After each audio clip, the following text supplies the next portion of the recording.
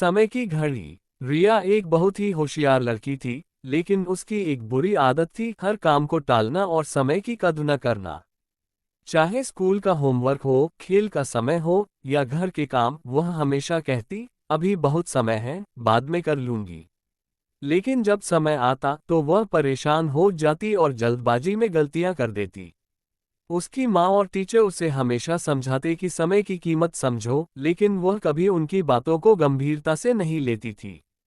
एक दिन रिया को अपने दादाजी की पुरानी अलमारी में एक अजीब सी घड़ी मिली। यह एक साधारण घड़ी नहीं थी, बल्कि बहुत ही रहस्यमयी लग रही थी। उसमें समय के बजाय 3 बटन थे, भविष्य देखें, अतीत में जाएं और वर्तमान को रोकें। रिया को यकीन नहीं हुआ कि यह घड़ी सच में काम कर सकती है, लेकिन उत्सुकता में उसने भविष्य देखें बटन दबा दिया।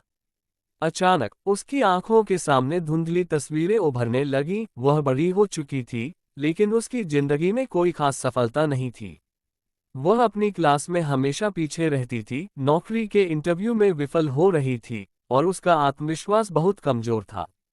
रिया को झटका लगा। उसने कभी सोचा भी नहीं था कि उसकी बाद में कर लूंगी वाली आदत उसे इस मुकाम तक पहुंचा सकती है।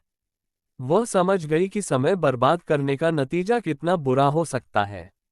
उसने तुरंत दूसरा बटन दबाया, अतीत में जाए, ताकि अपनी गलतियों को देख सके। अचानक वह अपने बचपन में पहुंच गई, जब उसकी माँ उसे रोज सुबह जल्दी उठने और पढ़ाई करने के लिए कहती थी, लेकिन वह हमेशा कहती थी, थोड़ी देर और सो लूं, बाद में पढ़ लूंगी। उसने अपनी पुरानी क्लास भी देखी, जहां उसका एक दोस्त अर्जुन हमेशा पहले से पढ़ाई कर लेता था और अच्छे नंबर लाता था। रिया को तब इस बात का एहसास हुआ कि अर्जुन और उसमें फर्क सिर्फ एक चीज का था, समय की कद्र। अर्जुन अपने समय का सही इस्तेमाल करता था, इसलिए वह सफल था, जबकि रिया हमेशा चीजों को टालती रही थी।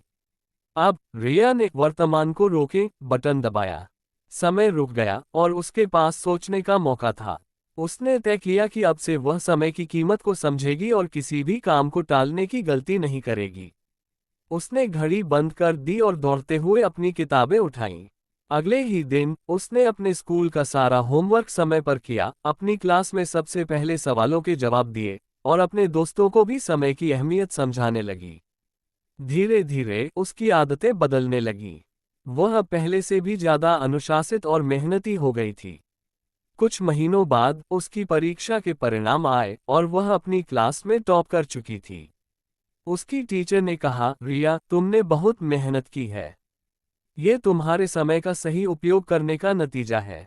रिया को गर्व महसूस हुआ, लेकिन उसे सबसे ज्यादा खुशी इस बात की थी कि उसने अपनी सबसे बड़ी कमजोरी को अपनी ताकत में बदल लिया था। एक दिन जब उसने वही पुरानी घड़ी दोबारा देखी, तो उसे एहसास हुआ कि अब उसे इसकी जरूरत नहीं थी। उसने घड़ी को वापस अलमारी में रख दिया, ये सोचते हुए कि असली जादू किसी जादुई चीज में नहीं, बल्कि समय की सही समझ में होता है। मोरल: समय की कीमत को समझना ही असली सफलता की कुंजी है। जो लोग समय का सही उपयोग करते हैं, वही अपने जीवन में आगे बढ़ते हैं।